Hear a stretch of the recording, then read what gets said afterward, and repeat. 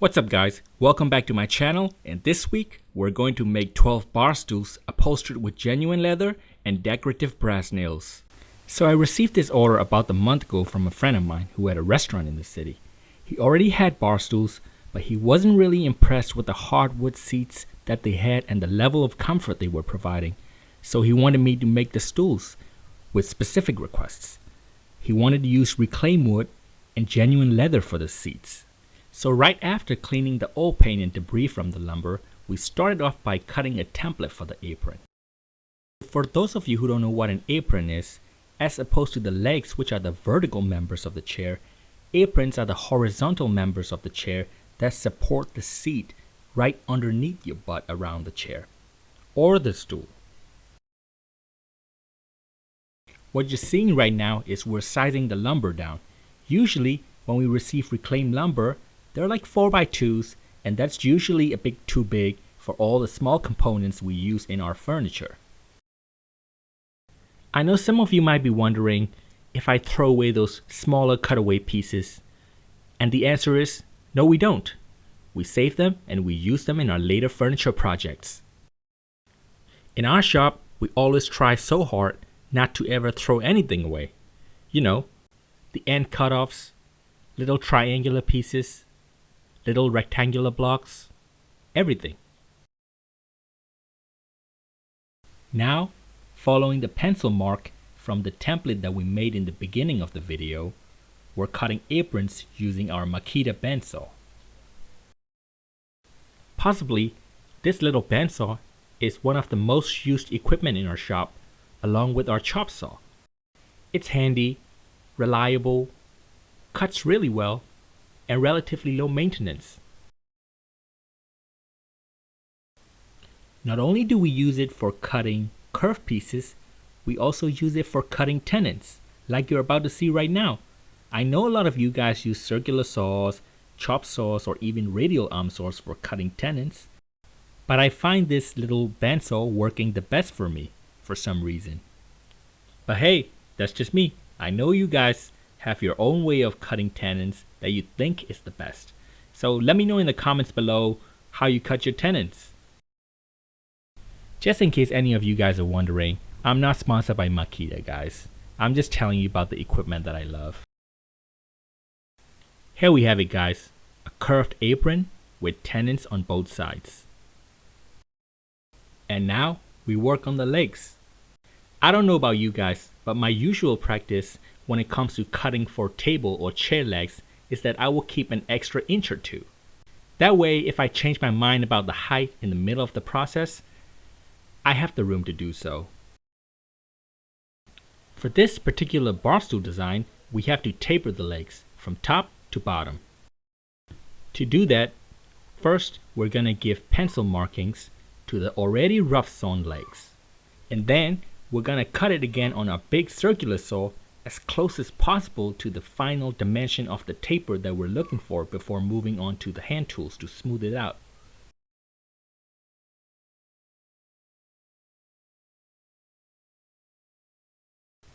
Look guys, I know what you're thinking. This probably looks super sketchy to you. But the truth that matters is, guys, some of these people in the shop, they've been working this way for a long time, so I would rather trust their expertise and not tamper with it.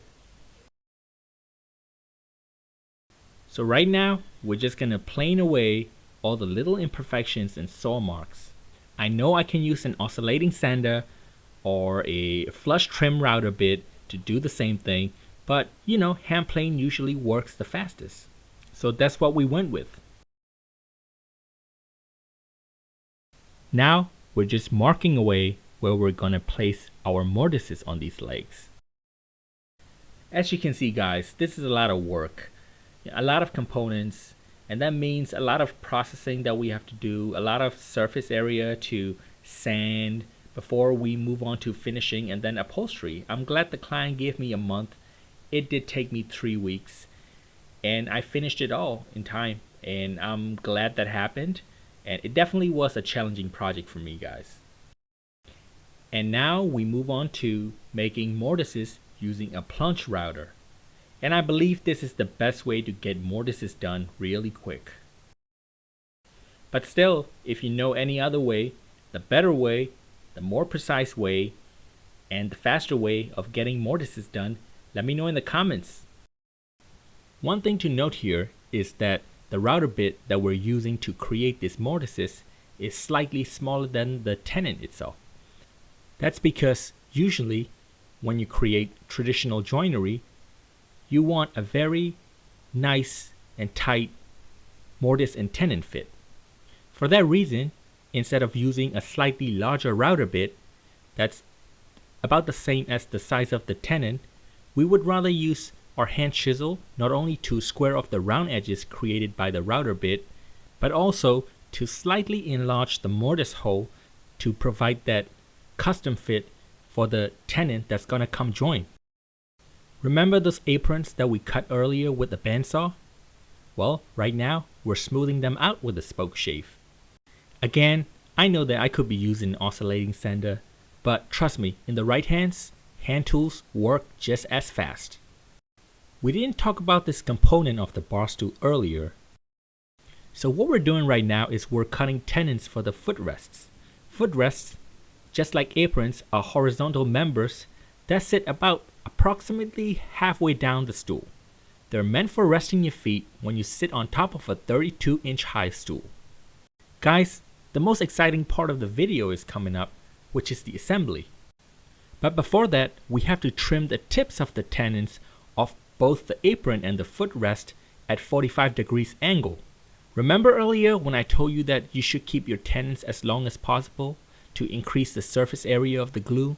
Well, they're so long that they butt heads in the middle of the joint, inside the legs. That's why we cut them at a 45-degree angle, but you'll know exactly what I'm talking about when you watch the assembly to the end. So first off, we have to apply glue to the tenons that we made before we fit them into the mortise. The glue usually serves two purposes. Not only does it work as an adhesive, but also it lubricates when the tenon goes into the mortise. Remember I told you guys earlier about how the mortise and tenon should have a snug fit? Well, because of the glue, driving the tenon in is usually not a struggle at all. A few light taps with a rubber mallet and they're in, ready to be set. Next step can be considered the most important part in a glue up, applying the clamp pressure. So what we usually do is we tighten up the clamps, and in the place where we know we will drive a peg in the future, we will usually place a nail so that we can free up the clamps and use the clamps for the upcoming assemblies. I know a lot of you guys like to leave the clamps there 2-3 hours or even overnight, but unfortunately we don't have that luxury in our shop. You might be wondering, well, wouldn't driving a nail in there leave a little hole later on? No, it won't, because we will be drilling that area where the joint is, and then we'll be driving a wooden peg in there anyway in the future. So you can almost consider the nail a pilot hole in that sense. Now that both halves of the bar stool are finished, we're ready for the complete 3D assembly. We repeat the processes that we did earlier, like applying glue, driving the tenon in with the rubber mallet, and applying clamp pressure, and holding everything in place with small nails.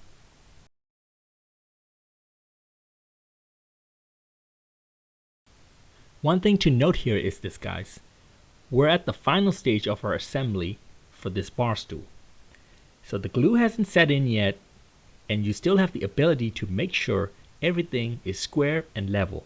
Far too often, woodworkers make chairs or stools, and then once the glue sets, they realize that one of the legs is a little off the ground, up in the air. So make sure that doesn't happen. Make sure everything looks square and level. Even when the glue sets, you still have the ability to sort of adjust things by force. But once you drive the pegs in, like we're showing you right now, it's finished. But if you realize that something wrong had happened, only at that point, the only solution you're going to have is to cut off one of the legs or two to make sure that all the parts of the leg stays on the same plane. If not, you're going to have a wobbly bar stool when you deliver to your client. Now that we're near the end of the joinery process, I would like to address one thing. What is the decision behind using pegs to secure a joint? Well, pegs have been used for centuries for a reason. Pegs are usually made of the same wood as the furniture that they're securing the joints for. For that reason, pegs usually swell up and contract in the change of humidity with the rest of the furniture components and the holes that they reside in. So, pegs rarely ever come loose for years and years.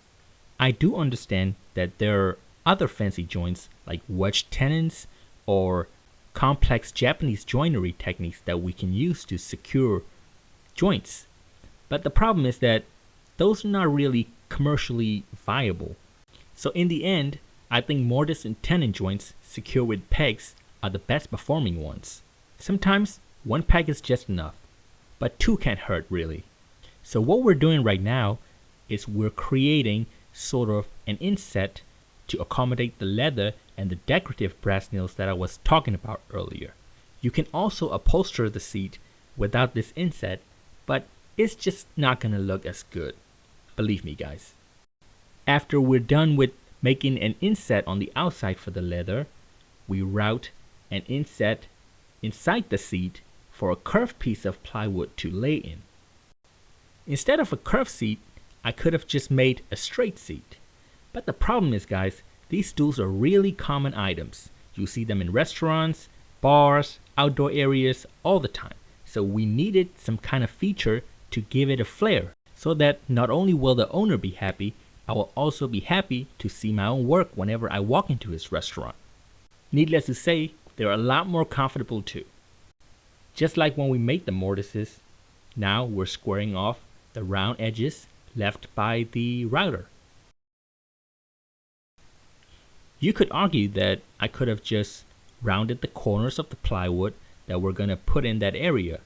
But the problem is, if we do that, the plywood's not going to have the full contact along this edge around the stool. The reason we want the plywood to be as connected as possible to the frame of the stool is that because we're not putting any kind of support or a slat underneath the plywood because we want to prevent the bar stool from being top heavy. A top heavy bar stool is more likely to get knocked over or tipped over, and we never want that.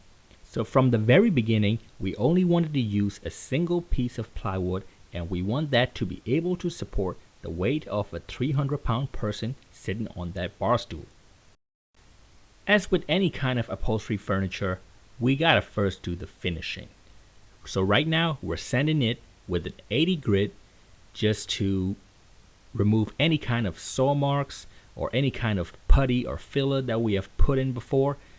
And then we'll move on to 150 grit, and then we will hand sand the entire bar stool to make sure that every corner is smooth, every edge is rounded not to cause any kind of injury, and making sure that every surface is ready for staining and spray finishing.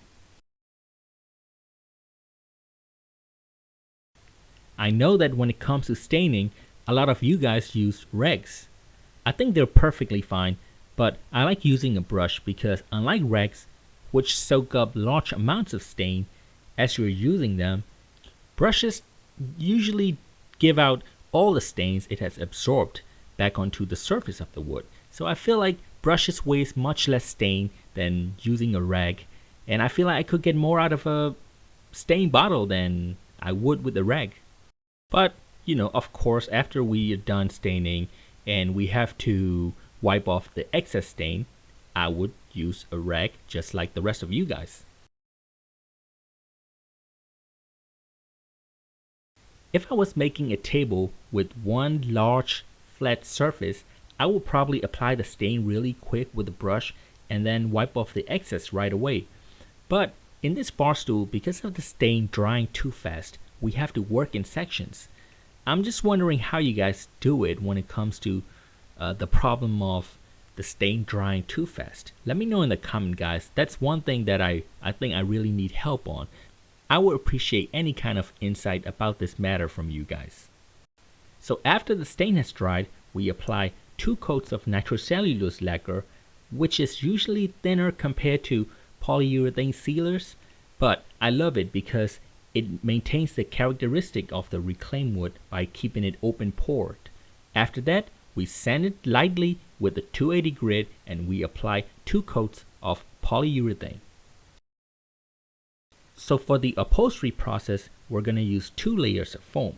The first layer, which we're going to lay right on top of the plywood that we saw earlier, is this composite foam, which is just tiny pieces of offcuts and foams glued back together to form this really tough underlayer that can take abuse of a person's weight over the years. Now we apply the glue on top of the plywood that we're going to lay our foam over. So just make sure to let the glue dry for a few minutes before you lay the foam so that there are no wet spots left behind. After this, we lay another piece of thinner, softer foam over this tough composite foam just to make sure that all the hard edges are rounded and the final leather upholstery has a plush appearance. Just one thing guys, if you have watched my video this far and you find any of these things that I'm saying valuable, why don't you hit the like button and the subscribe button so I can keep bringing you value in the videos like these. Just remember guys, upholstery is a completely different skill set, and I think it's a worthy skill set to learn if you're a woodworker, because at one point or another you're gonna have to upholster something and it's gonna cost you a lot if you have to take it to an upholsterer and get it done. It's not a particularly hard skill, but you're just gonna have to understand the materials and the way of thinking that upholsterers employ when they do a project. For this particular bar stool, we're using soft and thin leather instead of hard and thick leather. How do you choose what leather to use when it comes to a project? Well, upholstery over foam, thin leathers are the best because you can feel the softness of the foam underneath. But if you're doing a director's chair or any kind of sling chair, you should go with the tougher, harder, and thicker leathers.